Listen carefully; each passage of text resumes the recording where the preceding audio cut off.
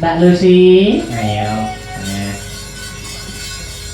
Sampun sawetawis anggenipun paringipun ingkang bakeng donga dinonga nggih, Mbak. Donga dinonga. Mugi sedaya tansah pirangan kesehatan. Amin ya rabbal panjang alamin. yuswa kalimpaken rezeki ingkang kathah barokah. Semanten ugi doa terbaik kepada kedua mempelai. Semoga sampai kakek inen-inen. Nggih, amin. Diparingi putra wayah ingkang sae. Diparingi rezeki ingkang kuatah barokah. Sing urung katuk jodoh anak-anakku ndang disegerakan. Amin. Sing belum dapat pekerjaan tak tungakne kabeh dan pikantuk pekerjaan. Sing mapan alhamdulillah pokoknya rezeki lancar mawon. Semoga bisa bertemu kembali di kemudian hari. Amin. Sampai bertemu next time nggih. Iya, siap-siap Mas Sabar. Semangat selalu. Amin, amin. Tak tutup lakon piye.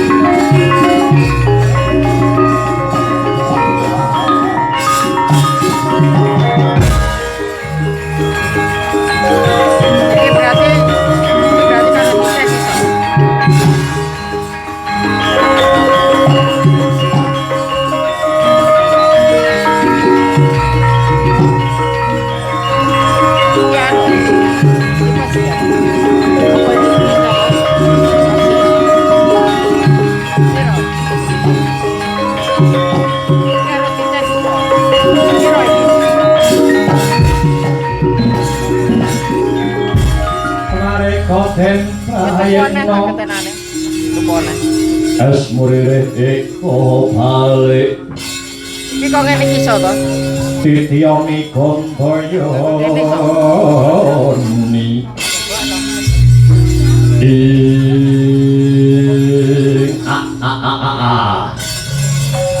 Mbak uget sadulita hembar-hembar layan aku Petruk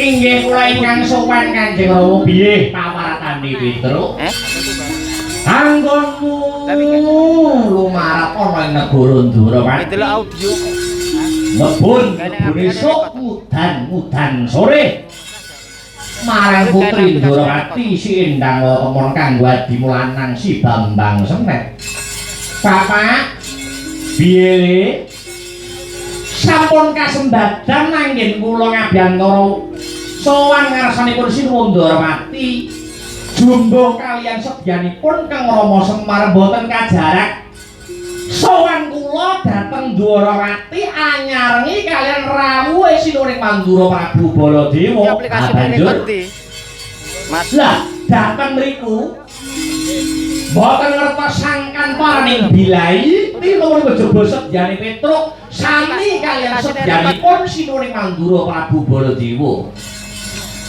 Sinuwun Mandura inggih badhe nglamar Endang Latemon kinarya garwanipun Atmajendra Ngastina Silesmana Mandra Kumara satemah andadosaken gredah minggahipun Pancabakah awit pangestripun Kanjeng Rama Semar Petruk masih ginanjar ing Rekesawatan malah Sinuwun Ndarawati paring dawuh kanthi teka sanget ora ngomongake negara Ngastina ora ngomongake Karang Kadempel Sapa wae sing iso wujude sasran temanten wujude tontonan swarga gamelan Lokananta kayu klepu dewa ndalu gedang mas pupus sindhe parijara kencana manten lanang didandani widodara manten putri dandani widodari lan manten lanang nggihipun ngiring dhateng Durawati kedah tinitian kreta kencana ingkang tinarik udara seksa sinten mawon sing saged mujudi sasra temanten wau panglamaripun dhateng Endang Lara Temon badhe dipun tampi Kandha Rama Karo ki ngetes. Karo ki ngetes.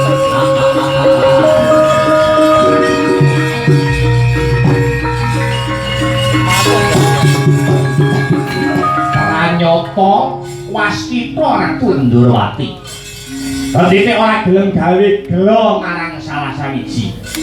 Lajeng babakan serah-serahan kula kados pundi Pak? Kula pasrahke Bapak Semar aja kuwatir le Petruk. Yen mesti jodhone adimu Bambang Snet mesti wae ana dalane Petruk. Ngene iki kena apa ora?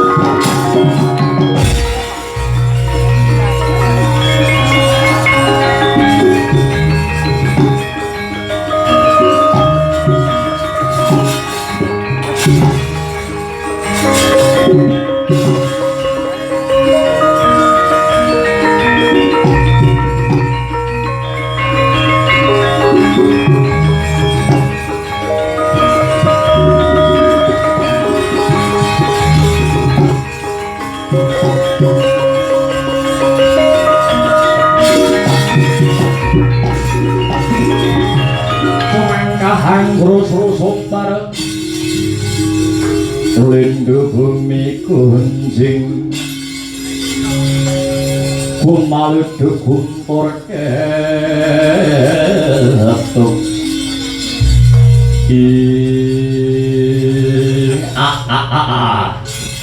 layak to layak jagune padha tarung prenjake padha gander Ndara kula Janaka ingkang sarimbit kaliyan Ndara kula Bima sira ingkang rawuh wonten sudung kula Karang Kadempel mriki sami wilujeng rawuhipun nggih Gus. Iya Kakang Semar tekakur nyandung sambi kala sawiji apa Kakang Semar yen nispora sangsaya kang dadi lakune Werkudara. HP Syukur bagi Jumurung. Lajeng niki wonten wigatos ingkang pundi Den? Kakang Semar cekep banget temen kowe dadi punakawane para Pandhawa Kyai. Perkarane napa, Lho? Janjane kowe nganggep Pandhawa waris apa dudu? Nggih no. Genah waris no. Wong nyatane para Pandhawa niku bendara kula piyambak. Yen to nyatane Kakang Semar Badranaya nganggep para Pandhawa isih waris. Tenang apa? Tenang apa Kakang Semar arep duwe gawe mantu kok babar pisan ora nyenggol para Pandhawa Kyai.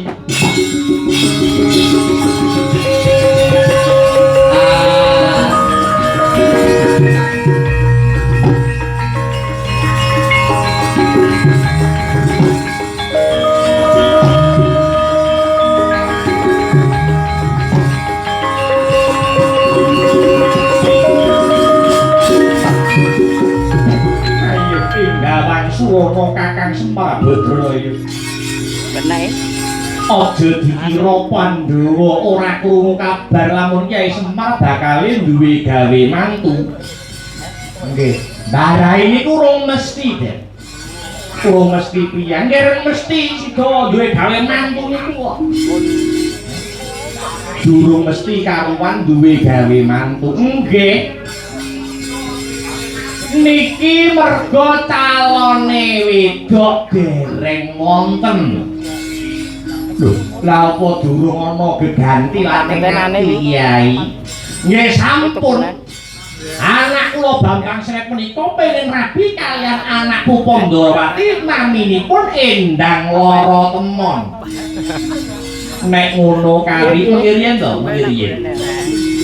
Petruk nek sampun kula utus wonten negari Ndwarawati wonten dawuh saking Sinuwun Prabu Kresna. Sapa wae bisa malakrama anakku Endang Lara Temon kalamun bisa mujuti sasran Fotone kok kirimen. wujute tontonan swarga.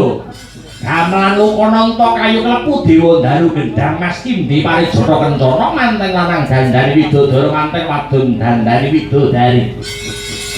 Lan manten lanang anggenipun ngiring dhateng Ndwarawati kedah tinitian kreta kencana ingkang tinarik udara seksa. Sinten mawon sing sagah mujuti sasran manungsa wau panglamaripun dhateng Endang Lara Temon badhe dipun tampi.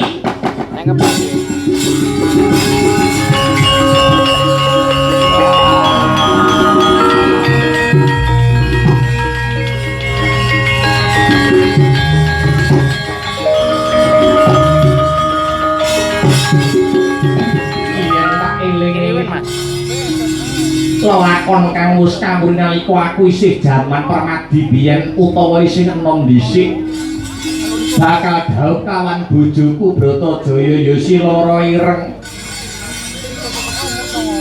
pamundhut saka Ndwarawati padha karo ingkang sinebut kaya ing ngarep kepara kurang jangkep yen aku biyen isih ketambahan wujute Rewanda kang mbeksa Kebo Maesa Danu Pancal Panggung ingkang minangka sasran lan diiring Ratu Sewu Negara kuwi aku biyen.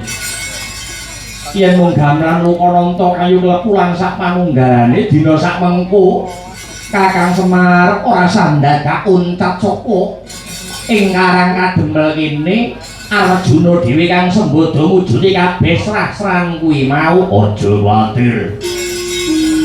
Perkara kreta kencana kang tinarik udara seksa mengko udara kang bakal goleki aku isih kelingan panggonane kreta pinau nalikane jaman Janaka rabi karo Sembadra biyen kreta kala wau papanipun dhateng pundi Gus mapan ana ing negara Singgelapura.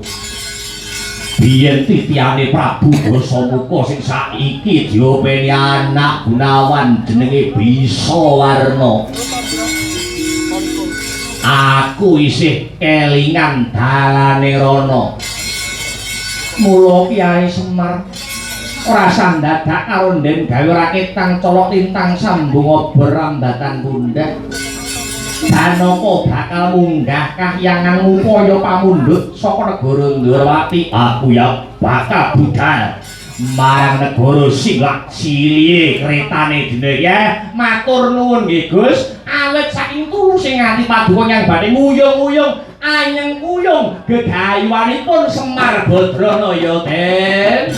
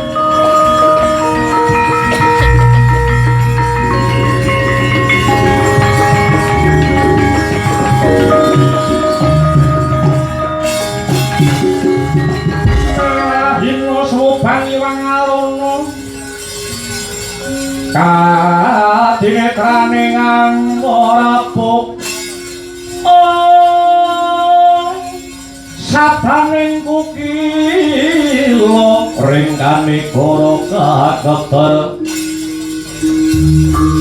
kitonganing kungrewu sing binepenco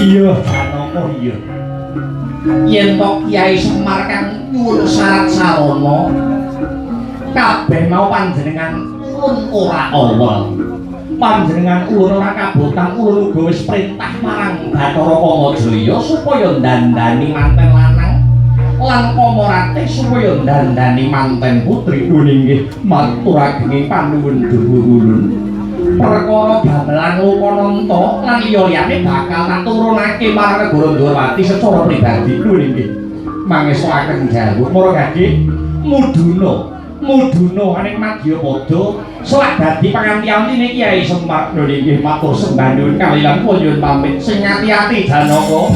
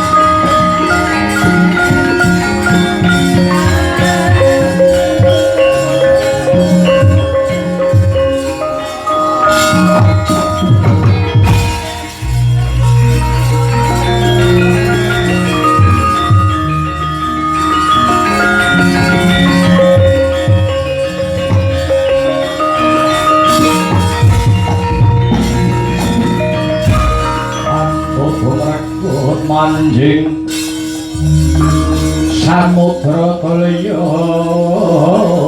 dreng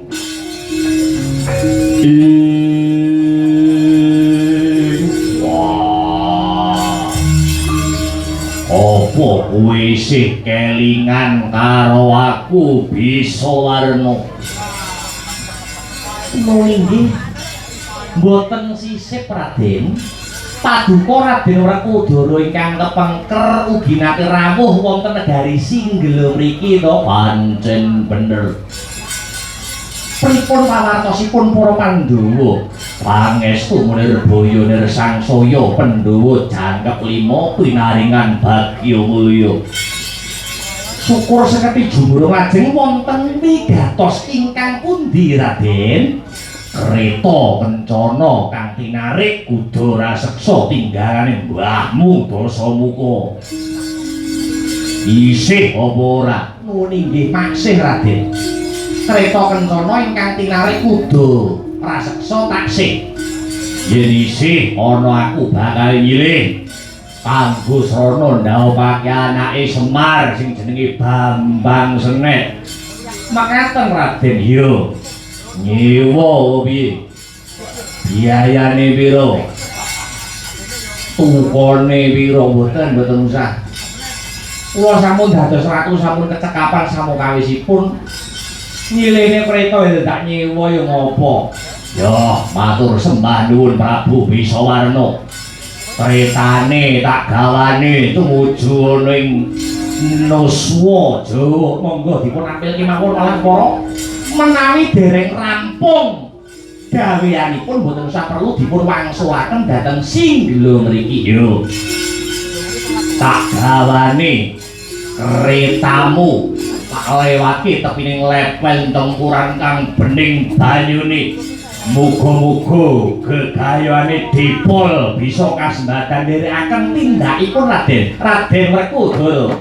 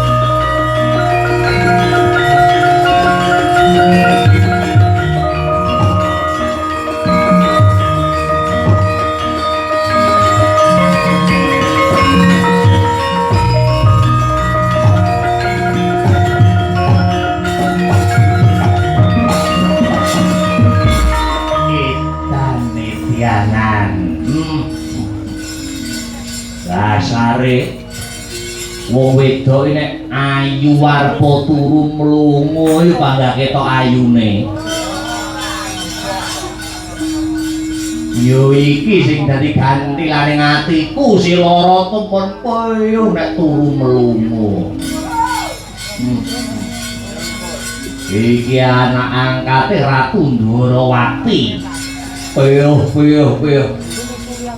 Rupane iso sendu ngono ya. Ayune liwat jagat. Widodari kayangane pedhot musuh bocah iki. Acara kelangan wong Ndwarawati.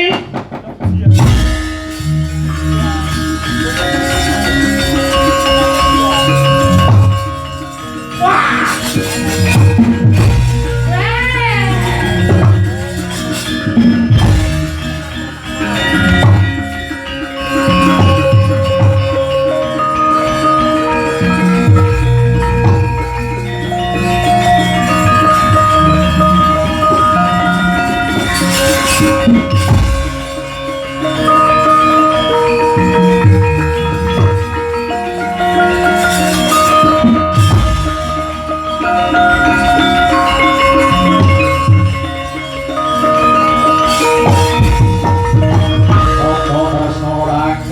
Diko Duh Yayi Prabu Haywa Sungkawe Yas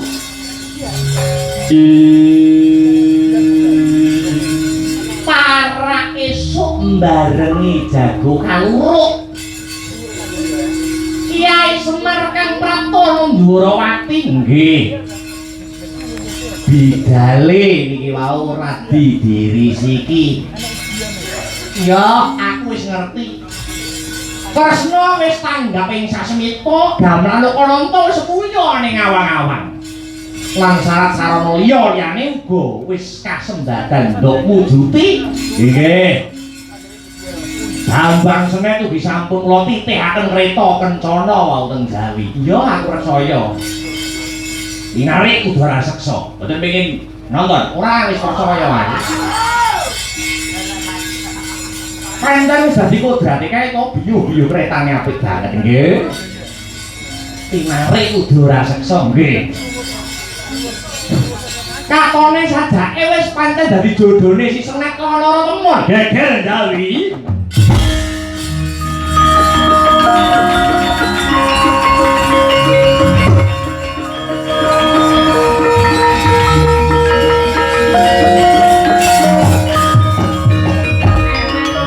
Bocambak nganturaken ketiwasanipun wonten kaputren wonten Duratmaka ana maling nggih yen pancen ana maling ya wis ben kaben gawa bondo sakuwate ora usah perlu diaru biru menawi ingkang dipun colong menika bondo donya kula mboten badhe matur lho lah banjur ingkang putri Ndwarawati ndang lara kemon cilik droing Duratmaka aduh mati aku.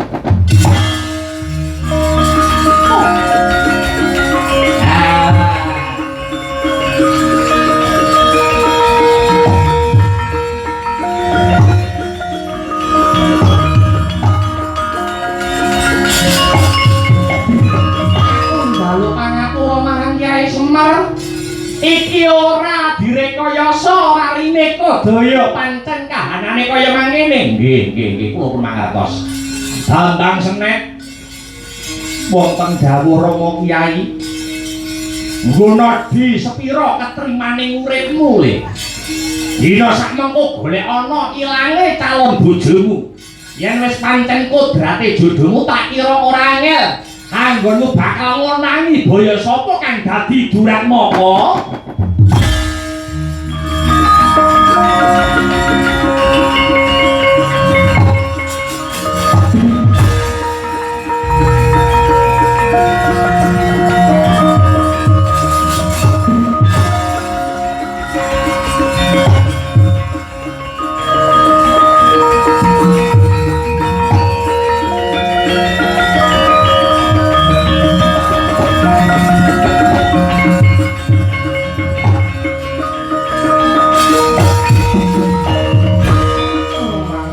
iku wong lanang kok ora pramila.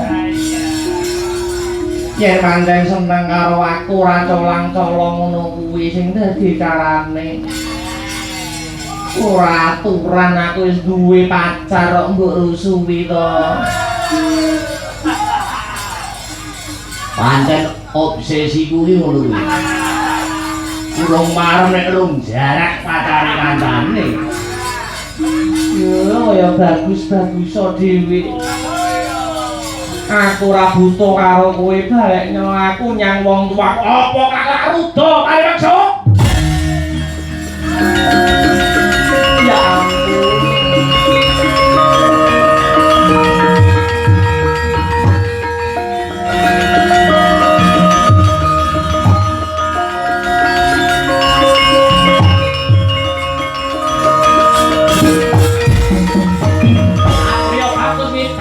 Pendeng sopo bocah karang kadempel Bambang Senet dari lakon harga bentar negaraku yaksa bergongso jelukku kasembadan kang dinayo kowe bakal nyidro loro temon kalamun bisa ngelangkai bangkeku kowe pernah apa nih calon bojone kakak limpamu.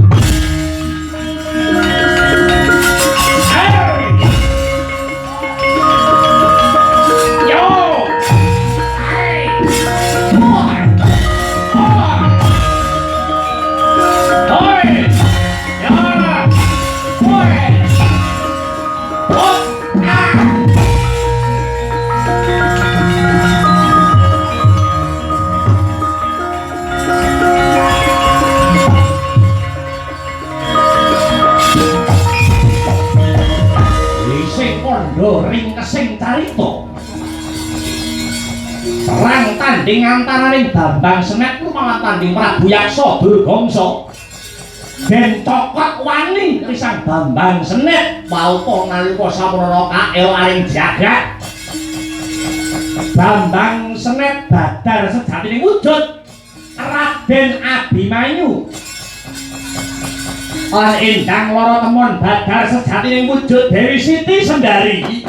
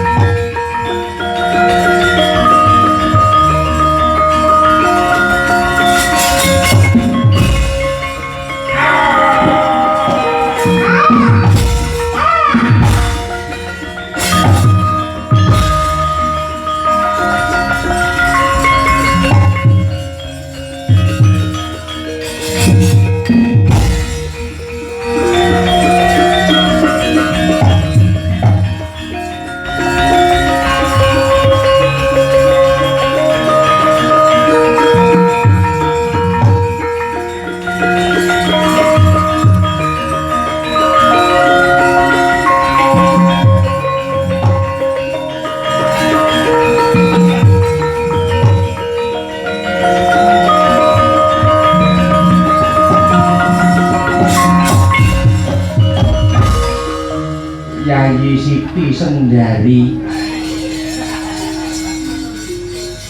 sira kang mimbo endang loro temon panjenengane kebangetan nek karo aku jane seneng tenan apa ora ngatase rapi rungono sepasar wis ditinggal lunga. Yo ora ngerti nang omahku cek butuh.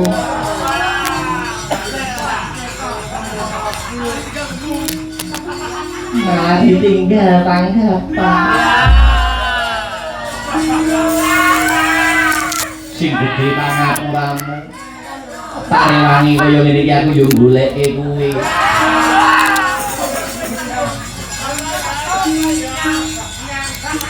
Sendur. Wah, Abimanyu karo Siti Sendari dadak mimbo dadak leren sewengi. Yaksa Durgangsa musuhe aku.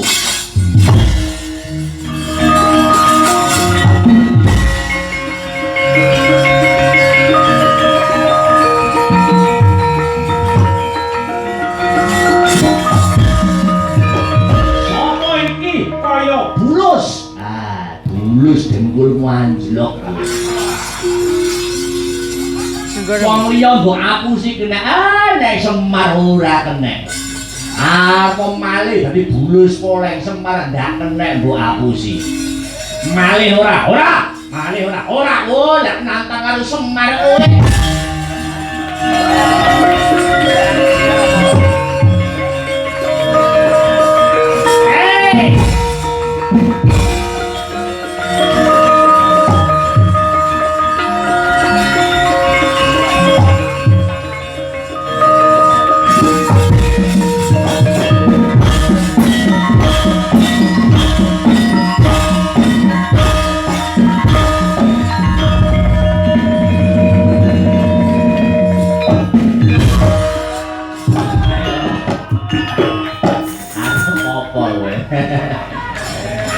Suwira metu.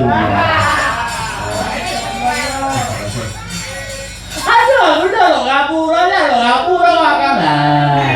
Kalau ngapura kon. Bola bali kuwi gawe geger ana tanah Jawa. Ora kapok karo Semar. Apa jadi dikapok ning dae iki enak-enake lho. Ayo. Ngalih aku udah pangapura. Ayo tak tampa pangapuramu nek kowe gelem ngalih tekan kene. Ya aku tak ngalih Kakang. Aku mau neter sepira antep isi Abimanyu. Ya yen pancen kaya ngono tak tampa sing dadi alasanmu. Samu barane wis teko.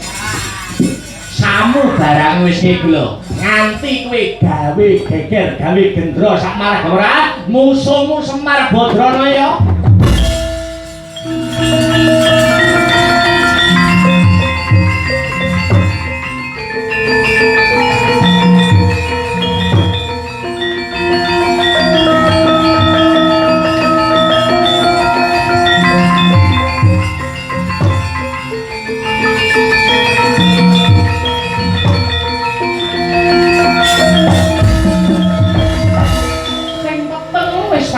Sing ruwet wis udar nggih. Sing becik dadi paturadang sing ala kagelesa anut laku ning jaman. Siji pesti loro jodoh telu wahyu papat derajat pangkat 5 donya menika. Kaasta dening rudaning Hyang Mahanasa. Apa niku yen pancen wis dadi jodhone apa kapalang ngono nggih badhe mlumpat karantya nggih bakal medhot mesti wonten kemawon jalaranipun mesti wae ana dalane anggone Gusti kang akarya jagat badhe manunggalake ati loro dadi sawiji den.